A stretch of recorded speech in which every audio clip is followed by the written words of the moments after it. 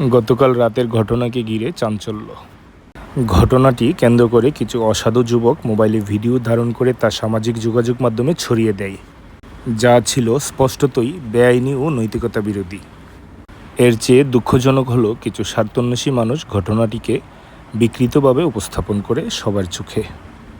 একটি ঘটনা সত্য হলেও তার ব্যাখ্যা বা প্রকাশ ভিন্নভাবে হলে তা একটি জীবন ধ্বংস করে দিতে পারে মুহূর্তের মধ্যেই।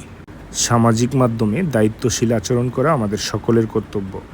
গুজব নয়, মানবতা হোক আমাদের পথপ্রদর্শক। একটি নিভৃত রাত, সব যখন ঘুমিয়ে তখন ঘটে অপ্রত্যাশিত এই ঘটনা। স্থানীয় সূত্রে জানা যায়, পারিবারিক সম্পর্কের সীমা লঙ্ঘন করে এক যুবক গোপনে প্রবেশ করেন ওই বিবাহিত নারীর ঘরে। পরবর্তীতে কিছু বকাটে ছেলে ওই মহিলাকে বিবস্ত্র করে ভিডিও ধারণ করে তা সামাজিক যোগাযোগ মাধ্যমে ছড়িয়ে দেয় এবং চাঞ্চল্যের সৃষ্টি হয়। ওই মহিলার নিকট থেকে শুনুন বিস্তারিত।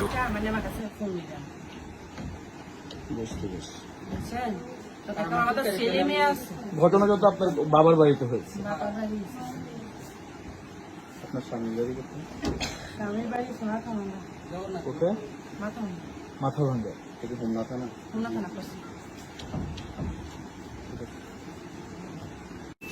আপনার সাথে ঘটনা কি হয়েছিল? একটু বলেন। আচ্ছা, ঘটনা সপ্তাহের আগে মানে দুনো ভাই ঝামেলা একটু হয়েছে। এক সপ্তাহ পরে ঝামেলা মিটার পরে এক সপ্তাহ পরে হজুরা নিয়ে আমার ঘরে আইসি। হজুরা নিয়ে ঠিক আছে, আইয়া অত্যাচার করছি, অত্যাচার শুয়েছে। পরে ছেলেরা আইসি, আসা মায়ের দিক করছি। আপনারই? আমারও মারছে, হজুরা নিয়ে মারছে। ওনার সাথে আপনার সম্পর্ক কি ছিল? কি নিয়ে আসছিল ওখানে বাড়িতে? বাড়িতে যে খারাপ উদ্দেশ্য হয়েছে, কি ভালো উদ্দেশ্য হবে, খারাপ উদ্দেশ্য। এমনি কি ওনার সাথে আগে থেকে আপনার কোনো পরিচয় ছিল? টাকা পয়সা রেন দিন না ছিল কি, এতে মেমে কোনো সাথে সম্পর্ক। আপনার নামটা কি? আপনার সাথে কিসের লেনদেন ছিল ওনার সাথে? কিসের লেনদেন? তো আমার মা টাকা আনছে। আচ্ছা, টাকা জানছে না, পরে আমার মায়ের টাকা চাইছে 50,000 পয়সা দিন। পরে 2 দিন পার হয়ে গেছে, মানে টাকা দেওয়ার কোনো প্রয়োজন। পরে মানুষ আস্তে আস্তে টাকা তো দেওয়ার দরকার না। পরে আমার মায়ের বাজার দিয়ে নাম্বারটা আনছে, হজুরের নাম্বারটা আইনা। পরে টাকাটা পরে আমার মায়ের কাছে যে তোর মোবাইল মিনিট আছে, কিন্তু ফোন দিয়ে পরে আমি ফোন দিচ্ছি। আমি ভাই মায় বলে আপনাদের বলে টাকা করে চাইছে, আপনাতে দিবেন কিনা দেবেন আমরা জানান। কয়েকদিন আমি টাকাটা পাইলে আমি দিন। পরে এন থেকে মানে টাকা পয়সা দেওয়ার কথা হয়েছে কি না, তেমনি কোনো সম্পর্ক হচ্ছে না। আপনার নামটা কি পুরানো? আমার নাম হচ্ছে শেষ করতে ওনার বক্তব্যটা শেষ করে তারপরে শেষ হলে আরেকটা প্রশ্ন করে।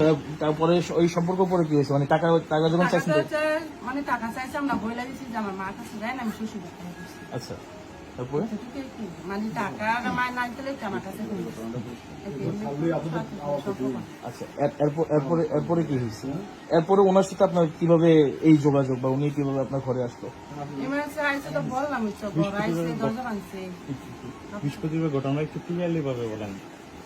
বৃহস্পতিবারে ঘটনা কইলাম, কতবার ভাঙছে। আপনি শুনুন, আপনি আমার কাছে বলছেন, আমার কাছে একটু বলেন বৃহস্পতিবার কি হয়েছিল আপনার সাথে মূলত?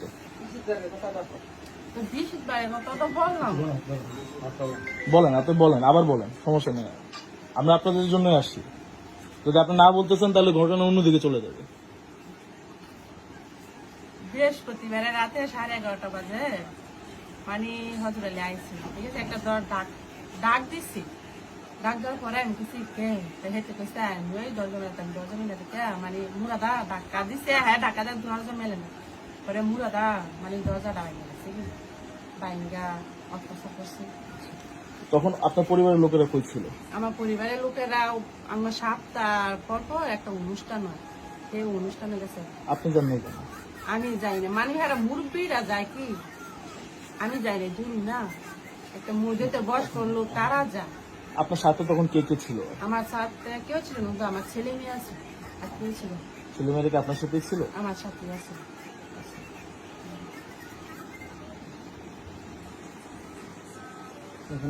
আপনি মামলার বিষয়টা আপনি কি বলছেন? একটু আগে বললেন আপনি মামলা মামলা তোলার জন্য একটু আপনাকে প্রেশার দিচ্ছে। না, আমার একটু প্রেশার দেয়। আমি মামলা করছি, আমি আবার উঠাইলাম। আপনি আপনি উঠে ফেলবেন? হ্যাঁ, কেন মামলা উঠে ফেলবেন? আমি 10 জনে ভালো চাই।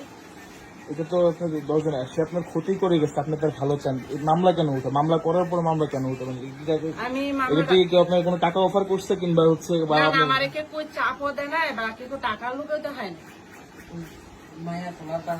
মায়ের ফুলার বাপে কইছে তোর যখন মান সমান গেছে গো, এতে কেস করলো ফাইতি না, না কোনো করলো ফাইতি না তুই পাইতেন না কেন? এখন তো সারা বাংলাদেশের মানুষ আপনার পাশে আছে।